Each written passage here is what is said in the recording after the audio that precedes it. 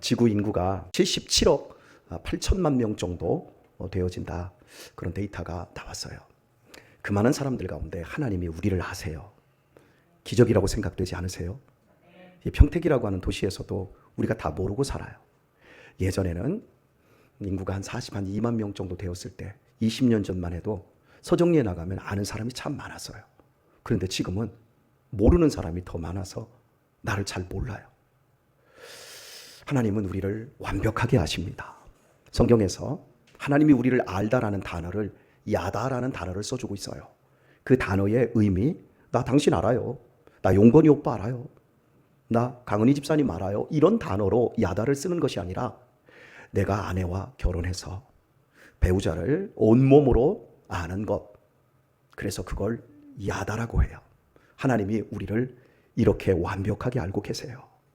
우리가 누구인지, 우리가 얼마나 연약한 존재인지, 우리가 어떨 때 기뻐하는지, 우리가 어디에서 무너지는지 하나님은 모든 것 알고 계실 뿐만 아니라 우리에 대한 완벽한 계획을 가지고 계세요.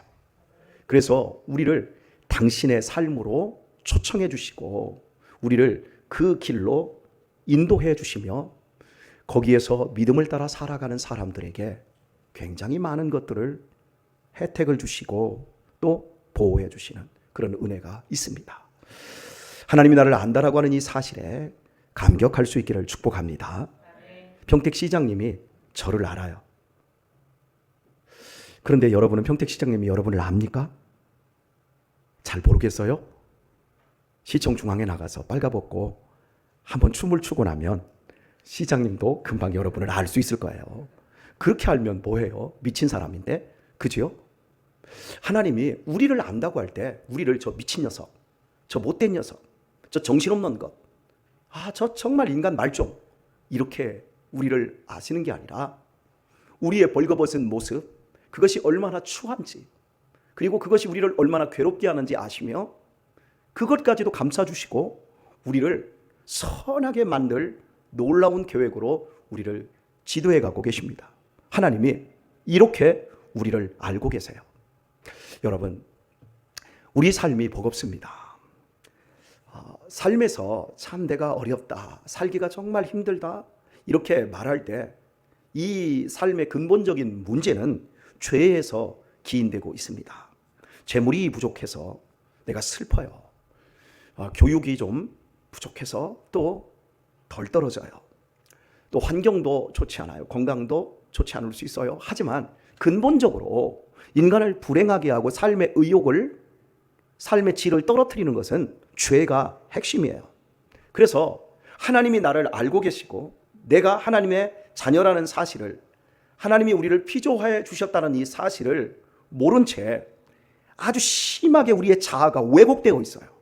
그래서 물질이라는 것으로, 지식이라는 것으로, 사회적인 체면이라는 것으로 자기를 세우려고 하는데 아무리 세워도 아무리 채워도 내 왜곡되어 있는 그 마음이 펴지지를 않으면, 회복이 되지 않으면 절대 어떤 상황에서도 행복이라고 하는 것은 누릴 수가 없습니다. 인생 문제의 심각한 뿌리는 우리의 내면이 왜곡되어 있다는 거예요. 제가 오늘 걸어서 오는데 효명고등학교 앞쪽에서 오는데 여자 학생들인데 청년인지 몰라도 깜짝 놀랐어요. 얼굴에 여기에 뭔가 이거 막 붙이고 이러고 다니고 여기에 이렇게 붙이고 또 여기에 이렇게 붙이고 하나는 막 여기에 이렇게 붙였더라고요. 아니 뭔 테이프를 저렇게 이상스럽게 붙이고 밤에 저러고 돌아다니나 봤어요. 그런데 콧대를 올려서 수술을 해서 여기다가 이렇게 붙여놓은 것 같아요. 굉장히 좀 비정상적으로 좀 이상해요. 그리고 턱에다도 이렇게 붙여놓은 게 뭐 턱을 깎았던지 뭐 여러 가지 제가 잘 모르지만 상상력이 동원되어지는데 얼굴을 이렇게 깎은 거예요 다.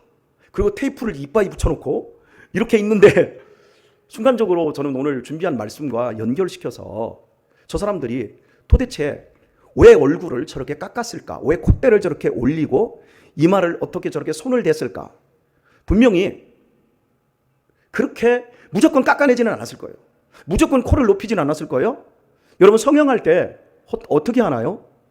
막 사진을 가져다 놓고, 연예인 사진을 가져다 놓고 막 여러 가지 샘플을 가져다 놓고 요거 해주세요 막 이렇게 합니까? 아니면 의사가 1번으로 할까요? 2번으로 할까요? 이런 식으로 합니까? 뭐 아니면 뭐 연예인 누구 코를 닮게 해줄까요? 누구 눈을 닮게 해줄까요? 혹시 이런 식으로 질문하고 수술을 진행하나요?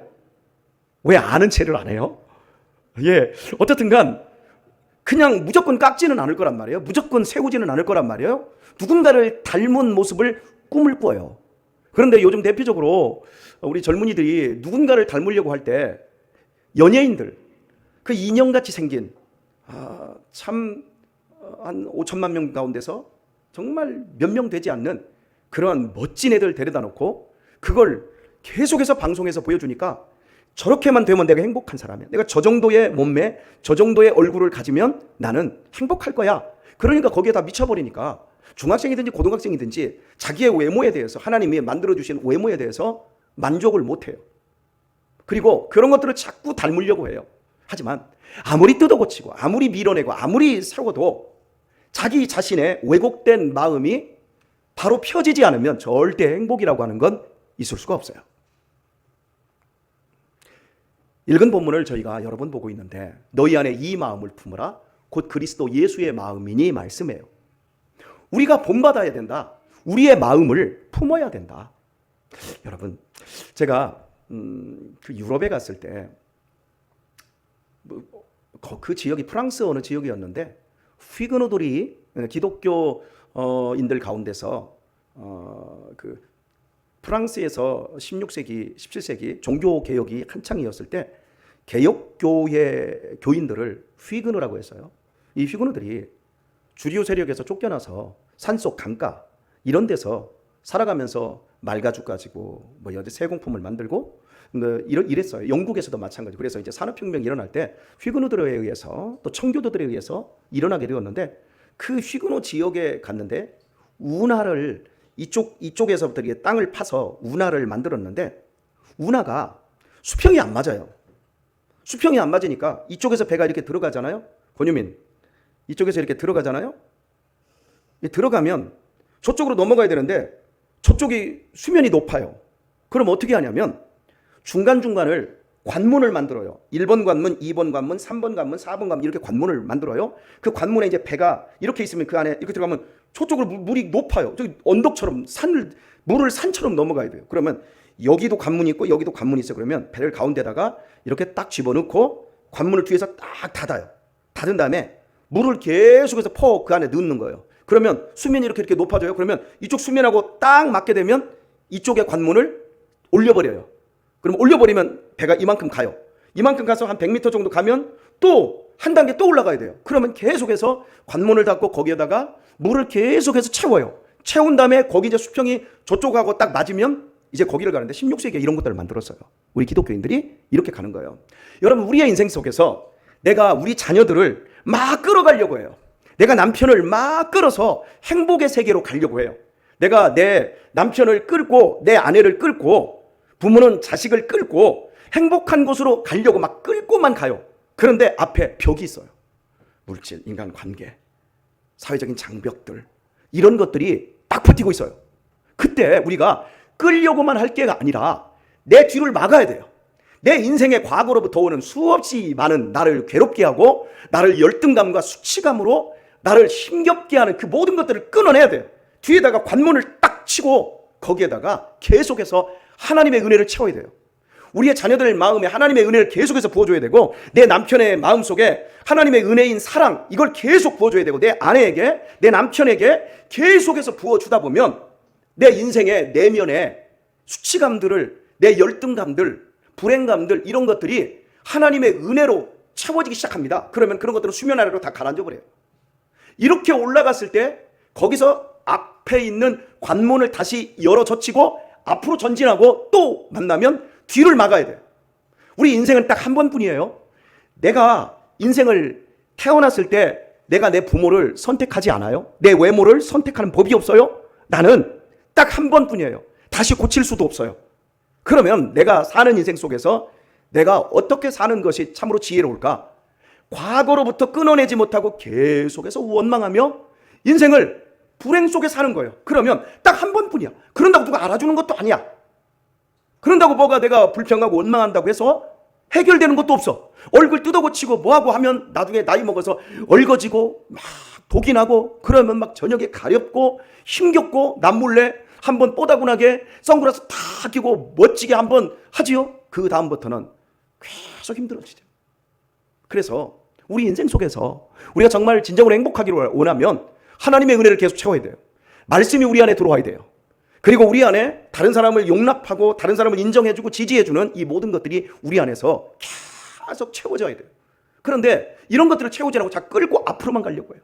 아니, 앞으로만 가려고 하니까 나아가지질 않는 거예요. 오늘 우리에게 너희는 너희 안에 이 마음을 품어라. 곧 그리스도 예수의 마음이니, 그리스도 예수의 마음이니 그래요. 여러분, 저는 누구한테 저 닮으라고 못해요. 다준아, 너 목사님 좀 닮아라. 네 마음 안에 목사님 좀 품어라. 그렇게 못해요. 여러분, 기분 나쁜 거예요. 누군가가 나한테 너 나 좀 닮아라. 옆집 애한테 얘기 안 해요. 내가 우리 애들한테 아버지가 이렇게 사는 모습을 너희들이 닮아라. 자식에게. 내가 완벽하게 네가 나를 닮을 수 있는 환경과 조건을 만들어줄 테니까 너 나만 닮아. 내가 하라는 대로만 해.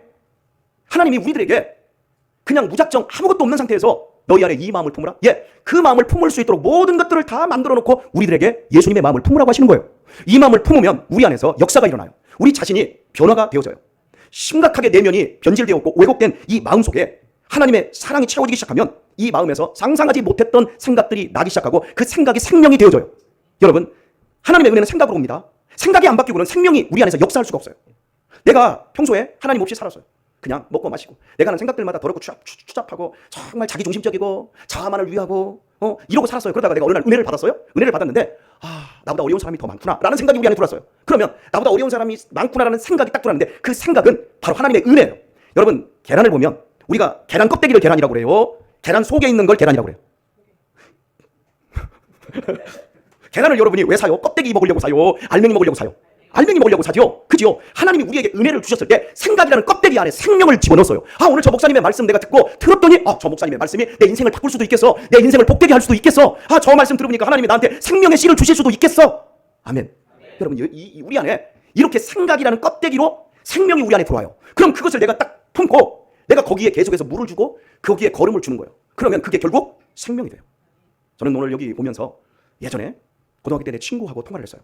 그 친구가 저한테 갑자기 통화 좀 하고 싶다. 그래서 통화를 했더니 야, 내 아들이 지금 평택으로 대학교 졸업하고 취업을 했다. 그런데 너 동작동 아냐? 그래서 내 집에서 5분 거리다.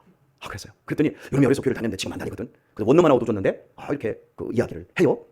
그래서 전화번호 줘. 내가 만나서 아들 내가 밥 한번 사주고 같이 내가 아버지처럼 밥도 끓여줄게. 그런 얘기했어요. 그 친구가 저하고 얘기를 하는 가운데 야, 너 알지?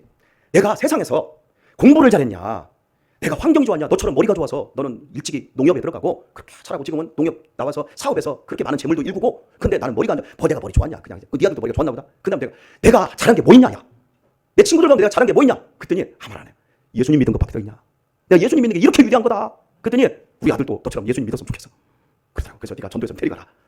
그렇게 얘기해. 여러분, 제가 고등학교를 졸업해갖고 나왔을 때 아무것도 없었어. 이력서를 가지고 오라고 했을 때 이력서를 줬더니 놓고 가세요 하더니 얼굴 한번 쳐다보더니 저런 놈이 왜 우리 회사 왔어? 이런 표정. 저는 인간 쓰레기예요. 그런데 내 안에 예수님 믿으면 복을 받겠구나. 다윗처럼 요셉처럼 다니엘처럼 하나님이 나를 복 주시겠구나 라고 하는 생각이 내 안에 들었다니까요. 그리고 그때부터 말씀을 읽고 요절을 외우고 새벽기도에 나오고 저녁기도에 나오고 수시로 교회에서 자고 그러면서 하나님 복 주세요. 아무것도 보이지 않아. 아무것도 없어. 그런데 시간 속에 하나님의 은혜를 채우면서 살았더니 오늘 제 모습이 이렇게. 그래서 제가 여러분에게 말씀드리는 거예요. 여러분, 여러분의 안에 들어오는 좋은 생각, 믿음의 생각이 들어오면 이것이 되게 생명이다라고 믿으시길 축원합니다. 그런데 여러분 안에 마귀도 생각을 집어넣어줘요. 망할 생각. 졸려. 빨리 끝나지. 여러분, 왜 목사님 저렇게 설교하지? 여러분, 이런 생각이 들어왔을 때 그걸 품으면 안 돼요.